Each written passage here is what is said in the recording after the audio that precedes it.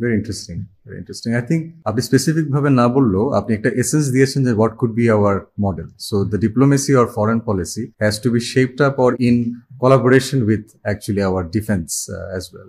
আমি যদি একটু স্পেসিফিক ফরেন পলিসি অ্যাসপেক্টস গুলো আসি, আমাদের বাংলাদেশের ক্ষেত্রে আমরা তিনটা প্রবলেম এখন দেখতে পাচ্ছি, আর তিনটা কিউরিসিটি আছে।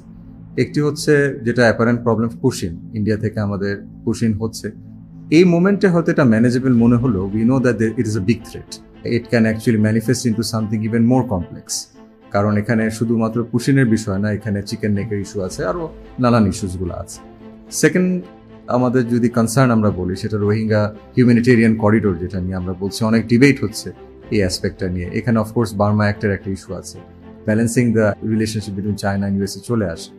থার্ড আরেকটি কিউরিয়াসিটি, আমি জানি না কতটুকু এটা প্রবলেম, ইজ রিগার্ডিং আর সেন্ট মার্টিন আইল্যান্ড, অথবা আমাদের যে ডিপ সি পোর্টসগুলো আছে, সেখানে একটা ইউএস ভার্সেস একটা চায়নার ইনফ্লুয়েন্সের ক্ষেত্রে অনেকেও কনসার্ন রেজ করে থাকে। এই তিনটা সেগমেন্টে যদি আপনি একটু ব্রিফলি আপনি ইনসাইট শেয়ার করেন। আচ্ছা, first of all, Saint Martin একটা আমেরিকার বেস হবে, it's a false propaganda. Saint Martin হচ্ছে একটা কোরাল আইল্যান্ড। কোরাল আইল্যান্ডের একটা এটা জিওগ্রাফিক্যালি তাদের একটা ডিসঅ্যাডভান্টেজ আছে, সেটা এই islands cannot take much pressure.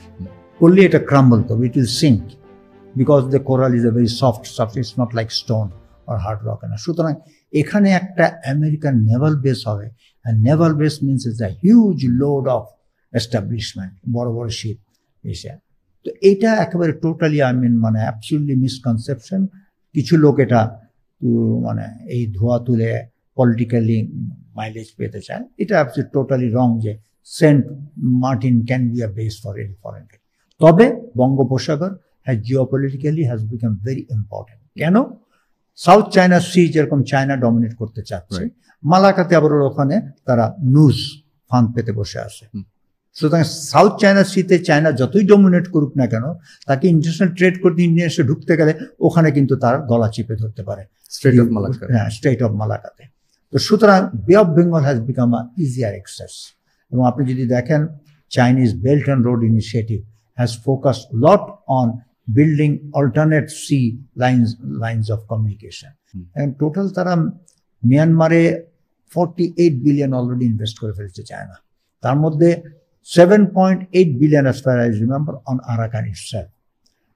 এত ইনভেস্ট যখন তারা করে ফেলেছে চায়না, তো চায়না অবভিয়াসলি মিয়ানমারকে হাতছাড়া করতে দিবে না। এবং যার জন্যই কিন্তু চায়না মিয়ানমার মিলিটারি জনতাকে খুশি রাখার জন্য তাদের বেশ কিছু এয়ারক্রাফট দিচ্ছে। এবং দেওয়ার ফলে হয়েছে কি, এয়ার প্যারিটিতে কিন্তু মিয়ানমার আমাদের থেকে অনেক অ্যাডভান্সড হয়ে গেছে। সুতরাং আমরা কিন্তু মিয়ানমারের কাছে এখন আকাশ মুক্ত রাখার ক্ষমতা আমাদের বাংলাদেশ এয়ারফোর্সের নাই, বিকজ চাইনিজ হ্যাভ সব provided support. China for their own economic interest they want the access. এটা এখন রোহিঙ্গা ইস্যুটা হচ্ছে যে আমাদের এটা কিন্তু একটা বিস্ফোরণ, মানে আমাদের জন্য এত বছর ধরে যে আমরা এত রোহিঙ্গা পালছি এবং এই রোহিঙ্গা প্রত্যাবর্তনে কোনো এখন আশাবাঞ্জক কোনো আমরা পাচ্ছি, এটা কিন্তু খুবই দুঃখের বিষয়। এবং আমার মনে হয় চাইনিজ হ্যাজ আ লিমিটেশন, এখানে তারা আমাদেরকে কতখানি সাহায্য করতে পারবে। কেন, যেহেতু তারা এত ইনভেস্ট করে ফেলছে মিয়ানমারে, তারা একটা খুব প্রেশারটা খুব একটা বেশি দিতে পারবে বলে আমার মনে হয় না। আর আমরাও বাংলাদেশ এই রোহিঙ্গাদেরকে কিন্তু একটা পাঠাবার সুযোগ আমরা হাতছাড়া করেছি। যখন আরাকান আর্মি, যখন তারা তাতমদ মিয়ানমার আর্মির সাথে রাখাইন রাজ্যকে ফ্রি করার জন্য তারা যুদ্ধে নামলো, তখন যদি আমরা রোহিঙ্গাদেরকে তাদের সাথে যুক্ত করতাম, আজকে তারা কিন্তু they would be partners in the liberation of Rakhine.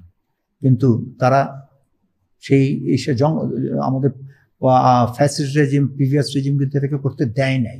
তখন একটা আমরা বড় সুযোগ হারিয়েছি। আগামীতে করিডোর করেই কি লাভ হবে, যেখানে আমাদের আরাকান আর্মি কিন্তু টিল রিসেন্টলি কিন্তু আমাদের এই যে লাস্ট বিমস্টেক কনফারেন্স যেখানে বললাম আমরা 1,80,000 লোক ফেরত নেব, তারপরে কিন্তু 1,13,000 লোককে ফেরত আরাকান আর্মি অত্যাচার করে পাঠিয়েছে এবং কন্টিনিউসলি আসছে। তাহলে আমরা যে আজই আরাকান আর্মিকে আমরা করিডোর দিয়ে সো কল্ড রিলিফ দিতে চাচ্ছি, কি উদ্দেশ্যে? তারা তো আমাদের রোহিঙ্গাকে তো তারা এখনো তারা এমব্রেস করছে না, তারা এখন তো ওয়েলকাম করছে না। তো রোহিঙ্গাকে এমব্রেস যদি তারা না করে, তারা যদি না নিতে চায়, তাহলে আরাকান আর্মিকে সাহায্য করে আমাদের লাভটা কি? তবে আমি মনে করি রোহিঙ্গাদেরকে ফিরে যাওয়ার জন্য, সেটা আমেরিকা হোক, ইন্ডিয়া তো কখনোই এটা যাবে না। ইন্ডিয়া তারা 2 প্লেন লোড অফ রিলিফ ছাড়া তার কিন্তু রোহিঙ্গার পক্ষে ন্যাশনাল ইন্টারেস্ট কোথাও কিন্তু একটা কথাও রাখেনি, একটা কথা আমাদের পক্ষে বলেনি। তো সুতরাং একমাত্র চায়না এবং আমেরিকা এই দুটাই কান্ট্রি আছে যদি রোহিঙ্গাদের প্রত্যাবর্তন করতে সাহায্য করতে পারে। এবং এখানে মনে করি between China and America, America is in a better position if what they have forecast or their vision in the Burma Act, ওটা যদি তারা সত্যি ইমপ্লিমেন্ট করে, তাহলে এখানে একটা অপরচুনিটি আছে। এবং আমাদের রোহিঙ্গাকে প্রত্যাবর্তন ফেরত পাঠানো, এটা আমাদের একটা ন্যাশনাল ইস্যু। আদর এটা কিন্তু আমাদের could be a security threat not only for Bangladesh or the region as a whole. এবং এখানে আমার আরেকটা সাজেশন আছে। তা আমরা দেখছি যে SAARC has become absolutely non functional. এবং এই নন ফাংশনাল কেন আমরা সবাই জানি, ইট বিকজ অফ ইন্ডিয়া। এখন আমরা মনে হয় দি রিমেইনিং সার্ক কান্ট্রিজ টাইম এসেছে as part of our foreign policy objective in the future to push India restart the SAARC process again. আর ইন্ডিয়া যদি এটা হেজিটেট করে, we should offer China, you are an observer member, you come and join us as SAARC.